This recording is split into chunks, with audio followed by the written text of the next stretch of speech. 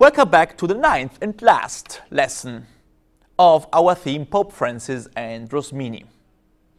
And we talked now for some video lessons about the relationship between faith and reason. And we saw how, thanks to Rosmini, we can have a more deeper reflection on the affirmations of Pope Francis.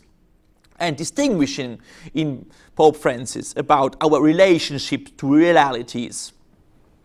Our relationship to real realities, we know our relationship to the absolute reality of God is a relationship where we don't deal with abstract truths. But this does not mean that in our knowledge we would not have any absolute dimension. Our knowledge is absolute, is an absolute light. It has an absolute horizon. But we never have the possession of this absolute horizon. We only have a hermeneutics which sees all the reality in absolute light of knowledge or in absolute light of faith, which is no concurrence in evidency, but which is a distinction about theoretical knowledge and about practical affirmation, existential affirmation of absolute being beyond the absoluteness of knowledge, and this is the affirmation, the existential affirmation of faith. And this idea that God is so above of all, why we can in the same time affirm the absoluteness of the light of reason, and so the possibility to dialogue with others, because only if we are all human mankind in the same dialogue, in the same horizon of absolute horizon of the truth of our reason, which is the a priori and not the material realization of our knowledge. But only if we are all in the same horizon, a dialogue in this horizon can have a place. But in this horizon, which is in the knowledge, the absolute horizon, the absolute abstract horizon of our knowledge, which is the idea, in God is our real being, sons of daughters of God. We are there in the Word.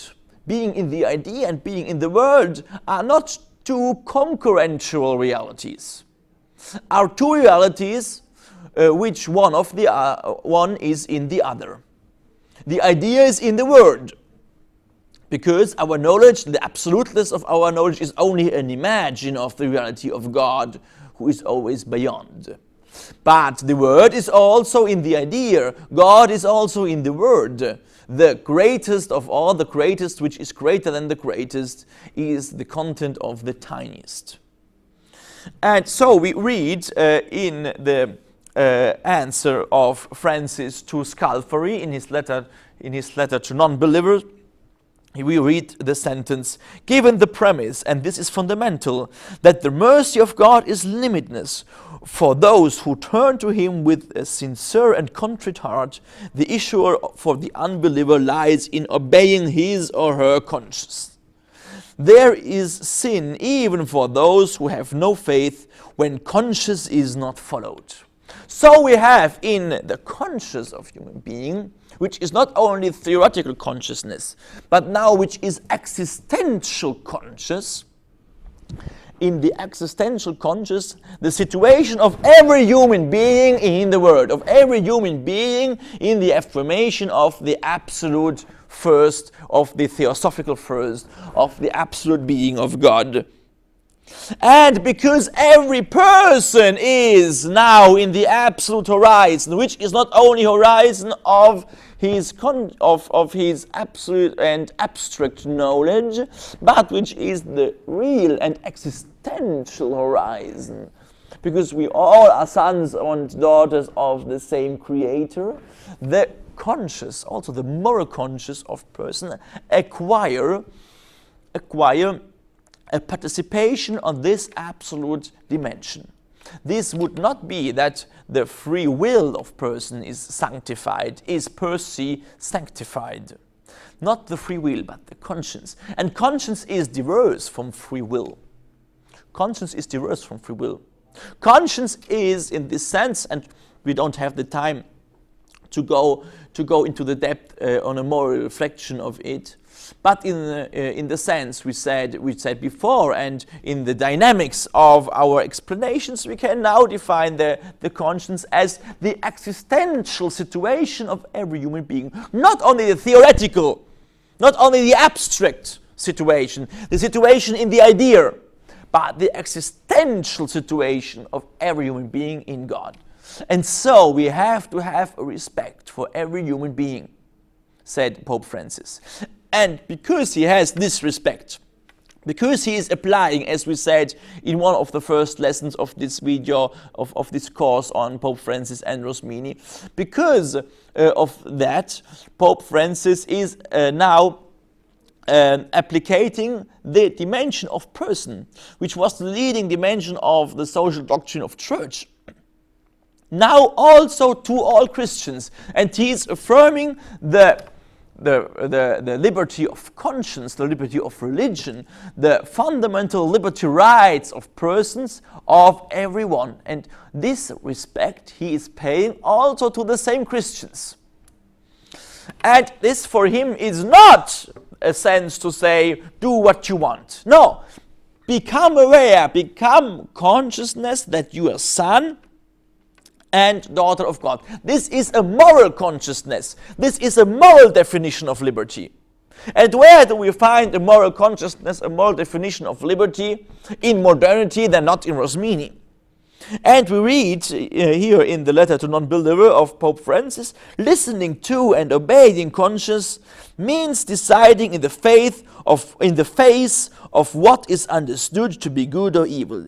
It is on the basis of this choice that the goodness or evil for our action is determined.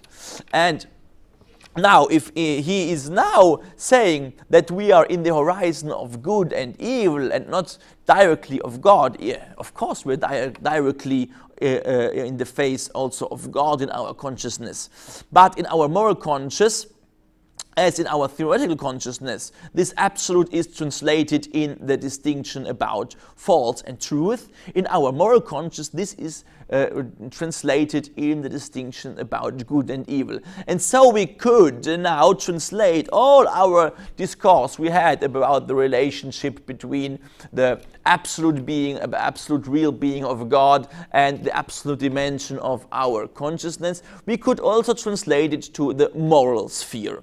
But we don't have the time for it.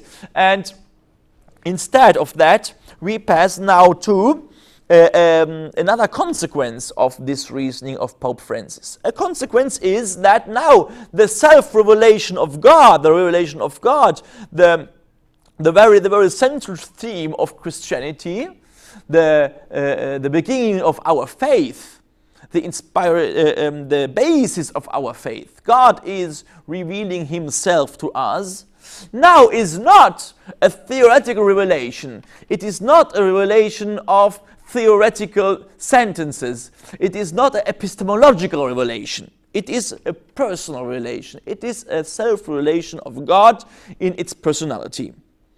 God light comes to us through the account of his self-revelation, and thus becomes capable of illuminating our passage through time by recalling his gifts and demonstrating how he fulfills his promise. The history of God, of Jesus, is the complete manifestation of God's reliability. And so on. We see in the encyclical Lumen Fidei very many affirmations for the consequence that in the differentiation of the two lights, of the absolute dimension of reason and of the absolute real being God, also the revelation aspect, that the revelation, if we want to say it in this way, of absolute knowledge, no, are our truths, are the capacity, the capacity of us, is our intellectus agens, no, if we want to say it in this way, is our intellectus agens, is the capacity to know the truth in every single knowledge we have.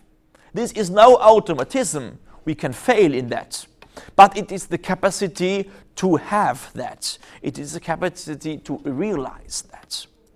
And this is on the religious side now, the revelation of God, the personal, the real revelation, the revelation, Rosmini says, of the real light, of real being. The real being is giving itself to us in the supernatural revelation.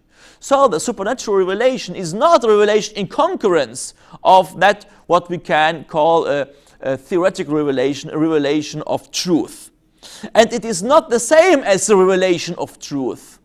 And therefore, religious revelation, revelation of Christianity, revelation of God, of Himself, is not a revelation of truth. This would be a confusion between the two lights. It would be a confusion about the absolute horizon of our knowledge and the absolute personal being of God itself.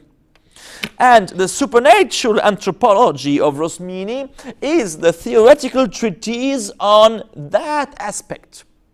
And I think that very many quotations of the supernatural anthropology of Rosmini would be very parallel and would be a good explanation, would be a good reflection of that what we are reading in the encyclical Lumen Fidei.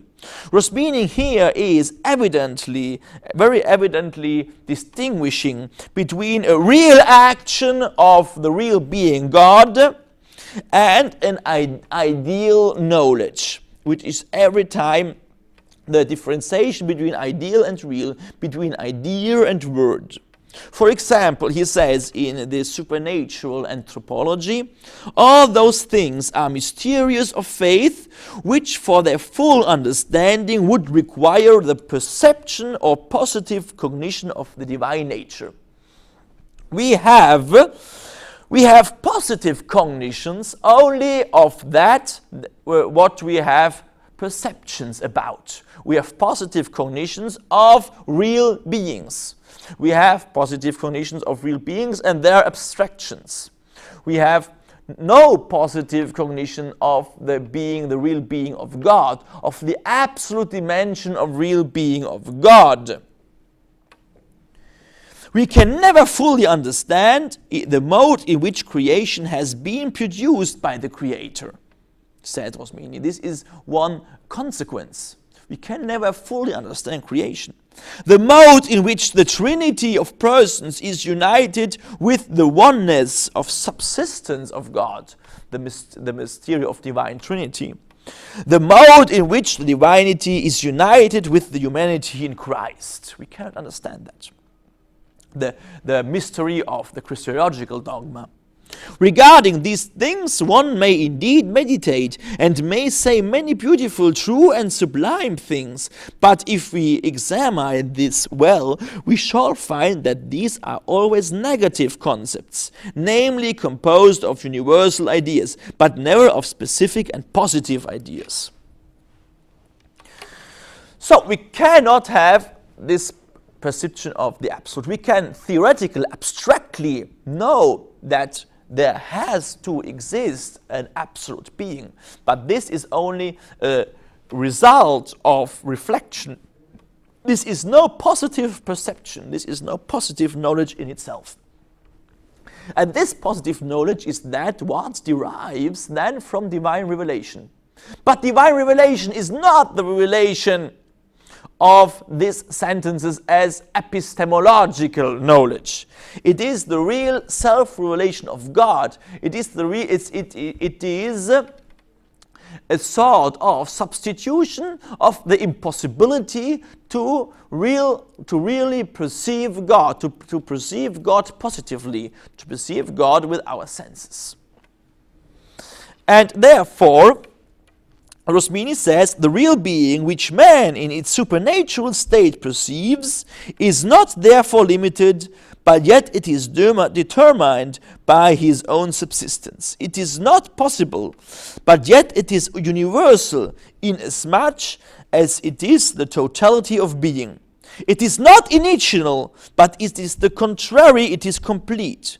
This complete and real being is God Himself, who shows Himself to this world only as it were under a veil, and only in the other world and in heaven is he seen unveiled in his completeness. It is a complete understanding, not an initial one. We can say it is a concrete, but not an abstract one. It is universal, it is a totality. It is not only a possible knowledge. It has these characteristics of absolute real knowledge, but in its essence it is no real perception. This is the type of the supernatural knowledge, of the knowledge based on the positive revelation of God to us. And this positive revelation of God to us, it is divided in an exterior and an internal revelation. The external revelation, obviously, is the incarnation. Incarnation is that what the Bible tells us. But the internal revelation is, as Rosmini said, is a result of divine grace, of real divine action, which is the grace. And the real divine action, which is not positively perceived, but it is a real action. And this real action makes in us that we have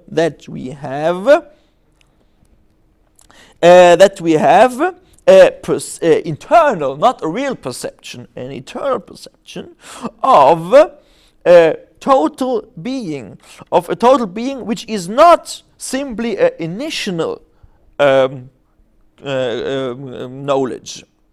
This being is God himself, who shows himself under a veil, not unveiled, not really. We cannot perceive him positively. And I think that Rosmini also here has a very clear distinction. The real being which man in his supernatural state perceives, it's not therefore limited, but yet it is determined by his own substance. It is not limited.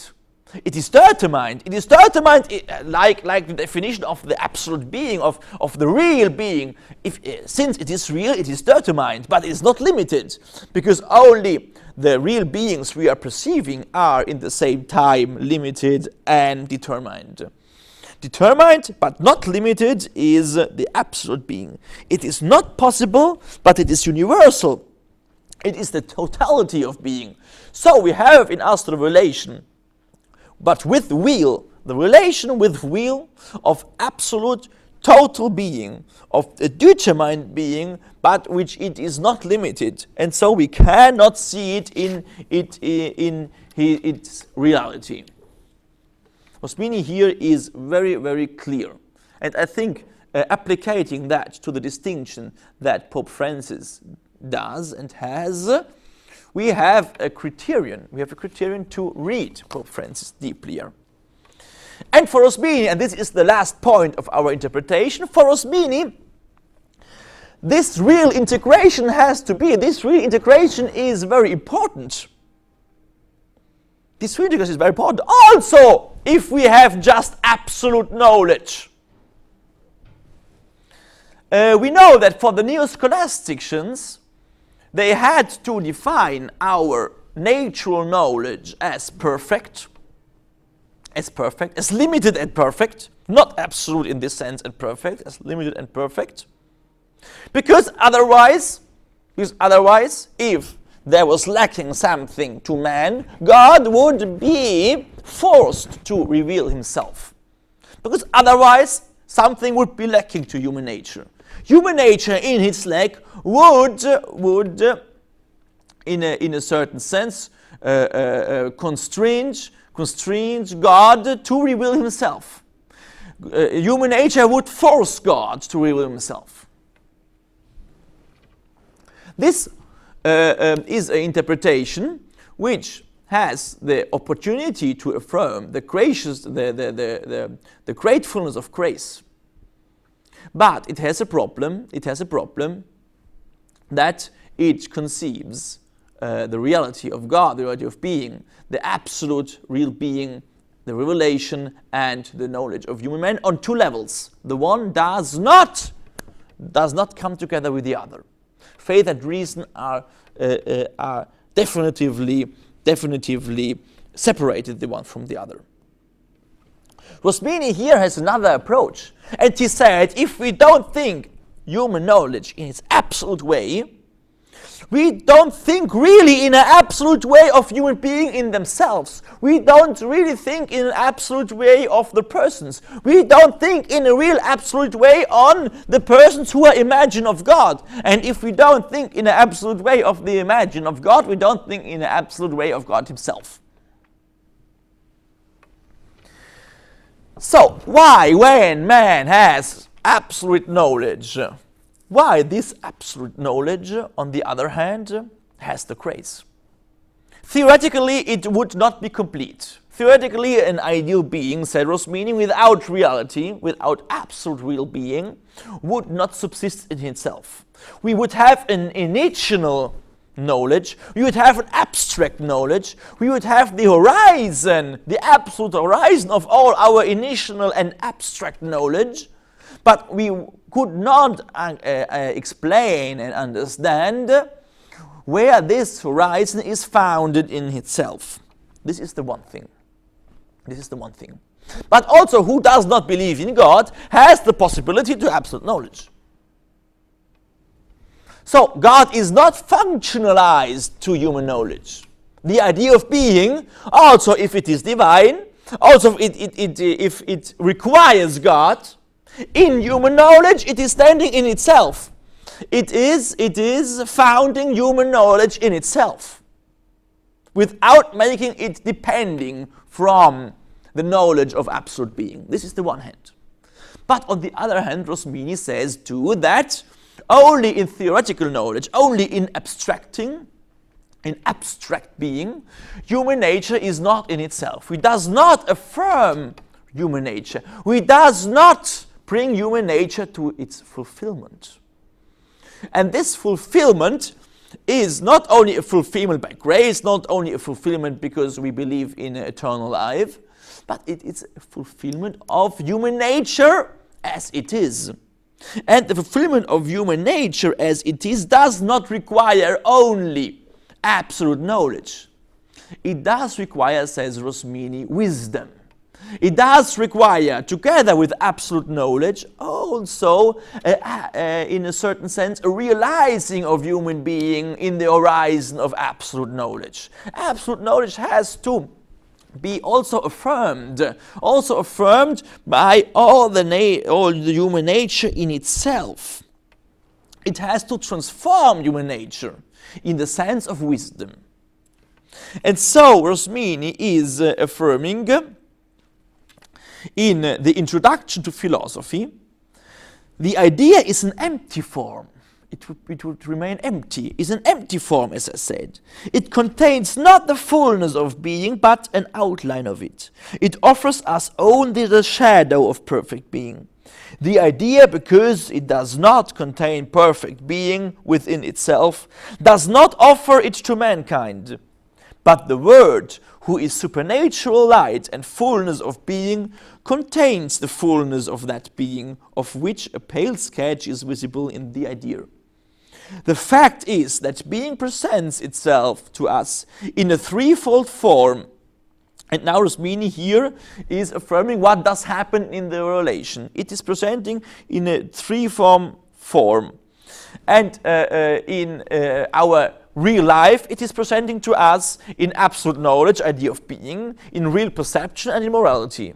And then in self-revelation of God, God is presenting, revelating himself in the absoluteness of the reality of the three forms, in absolute being, in the Word and in the Spirit. But Rosmini here is concentrating, as we said, on the human being. So we have the fact that being is presented in a threefold form, as reality, as idea, as energy. Each of these forms reduces to infinite being as to its final term of actuation, as though human beings in some divine dream pursue the infinite reality which they do not find in nature. This is the remembrance the fact that all the being, and not only knowledge, all the being, also moral being and real being, together with absolute knowledge, with ideal being, all together is the remembrance of God. And here is the criticism and the difference between Rosmini and Fichte. Not only absolute knowledge is the idea of God, the being in itself, of which absolute knowledge is one part, but real life of the subject and moral life, there are another parts. And we have to get to think together all these three dimensions to have an absolute idea of what is human being, of what is reality of human being. And this reality of human being, it has not only an insight, has not only an idea, has not only an image of the absolute being in the idea. In all the three forms together. And so human being is living, as said Rosmini, in some divine dream. As Fichte said, no, absolute knowledge is the image of God. Rosmini says the three forms of being together is something of the divine being, of the divine dream.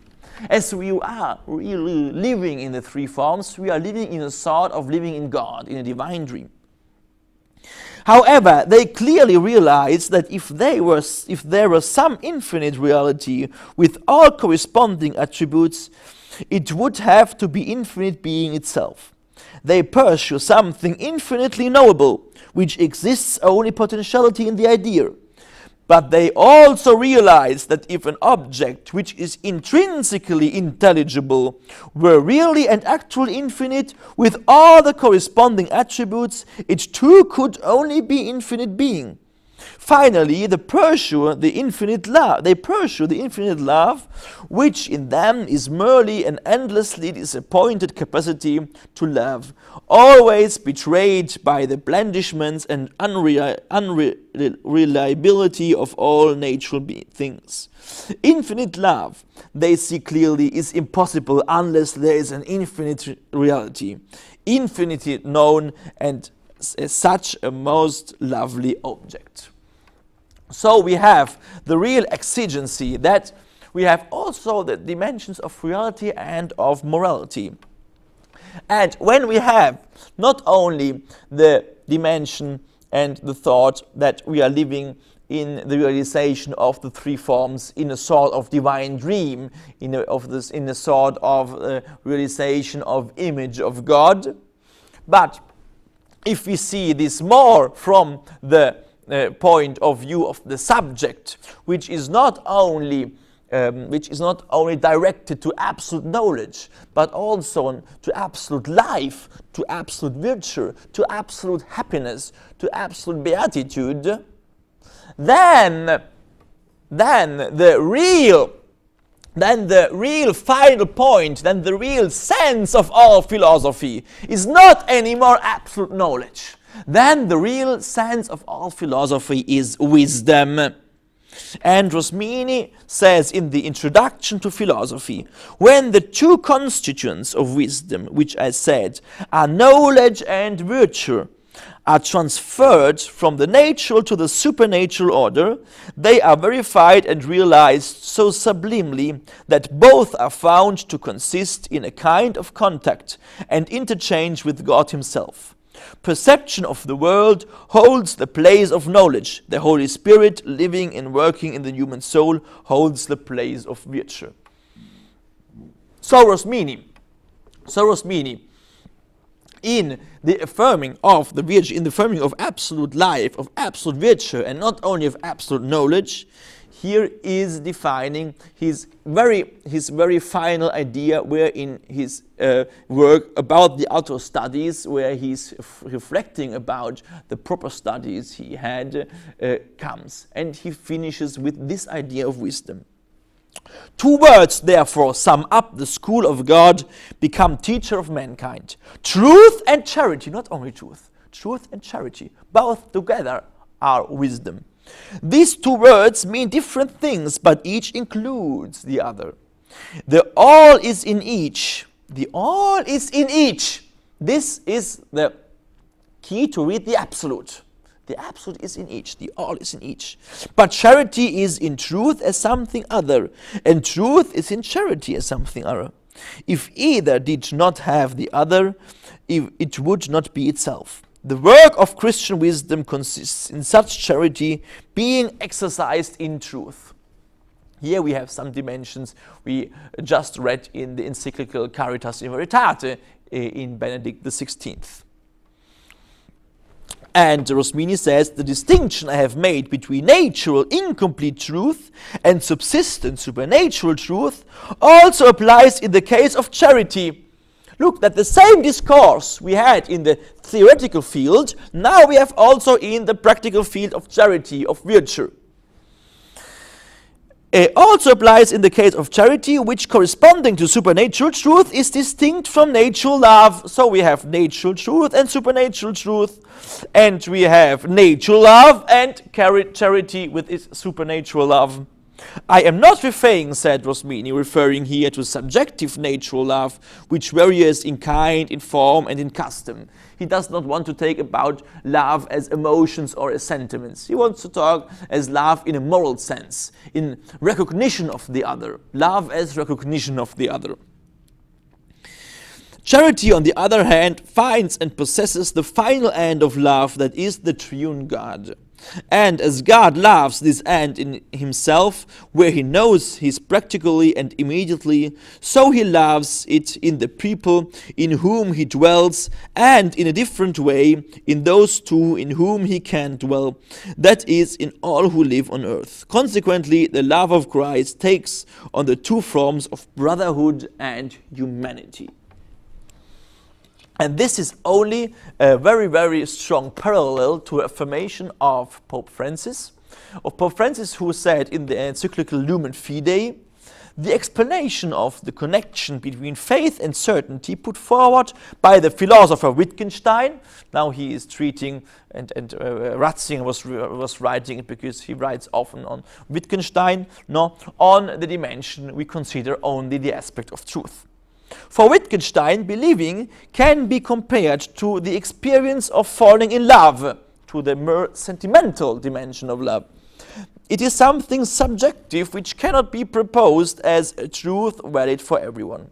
Indeed, most people nowadays would not consider love as related in any way to truth.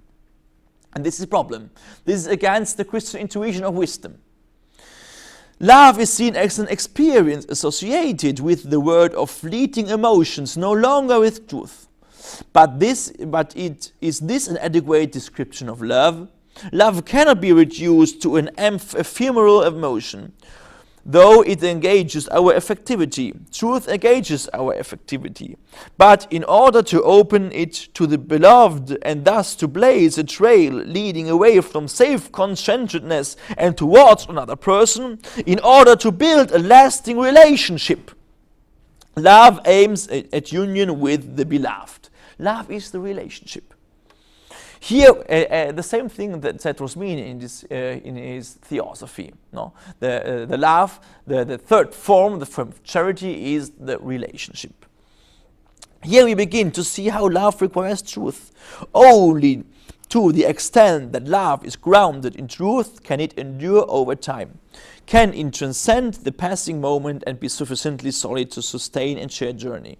True love, on the one hand, unifies all the elements of our person and becomes the new light pointing the way to a great and fulfilled life.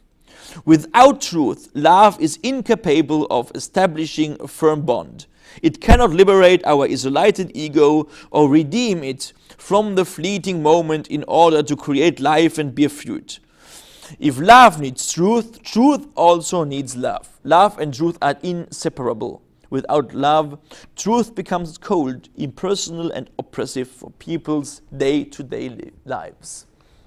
So, we have the idea that the one requires the other, as we said in Rosmini. And Rosmini said, to have wisdom, to have love, we have to presuppose not only absolute knowledge. Because if we say it before, Rosmini states absolute knowledge and then charity, absolute knowledge in the dynamics of natural, supernatural, and charity in the dynamics of natural love, and natural objective love and supernatural love. then this means that we have no direct step from knowledge to love. Because in the idealists, Fichte and Hegel reduced absolute knowledge, image of God, only to knowledge. Where do we have here the love? Where do we have here the possibility for real wisdom? Only if above the knowledge we affirm reality. Because love is always an affirmation of reality. And therefore, if I don't state another truth, another light of faith, the absolute real truth above the absolute knowledge, I cannot develop love to it. And faith is the love to the absolute truth. The love to the absolute truth, together with the action of divine grace, which gives in us the possibility to have a supernatural, not a natural, but a supernatural form of receiving the absolute real being. So we have in the middle the affirmation of reality. So we have ideality, reality, morality. We are living our lives as images of God in the way, in the dynamics of wisdom, as in a divine dream. Therefore, we are living in God. Therefore, the one who is greater than the greatest, it is contained in the tiniest. Thank you for following this video lesson on Pope Francis and Rosmini.